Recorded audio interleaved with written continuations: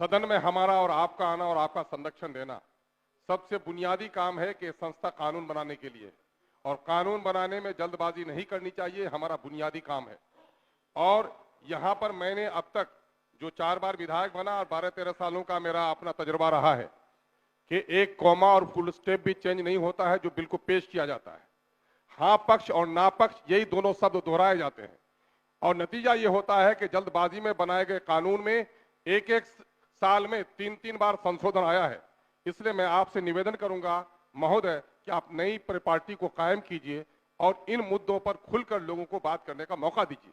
मैं चूंकि माइनॉरिटी से आता हूं और मदरसा एजुकेशन बोर्ड माइनॉरिटी का इदारा है और संविधान की धारा 30(1) के तहत हमको अपने पसंद के इदारे कायम करने की इजाजत है, और ये सरकार जो सन 1981 का मदरसा एजुकेशन बोर्ड अधिनियम है उसके खिलाफ इस बिल को लेकर आई है।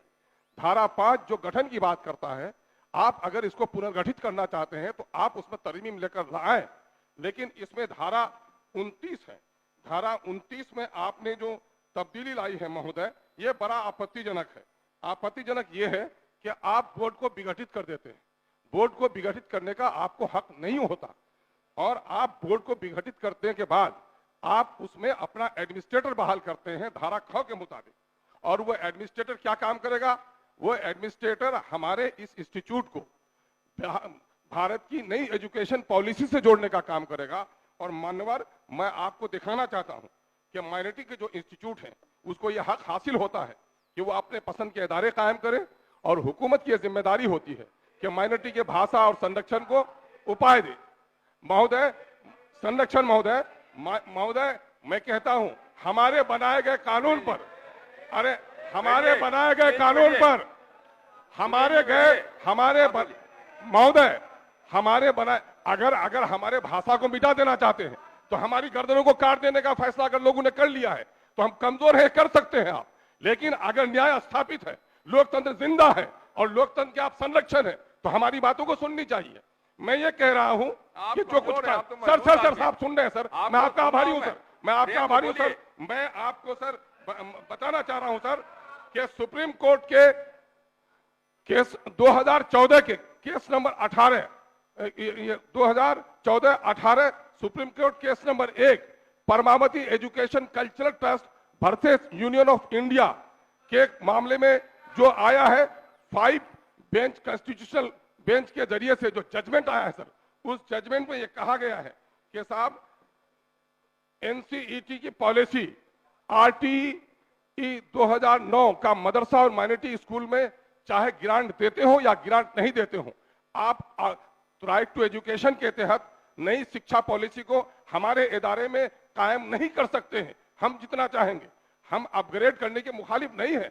एजुकेशन सिस्टम को अपग्रेड कीजिए।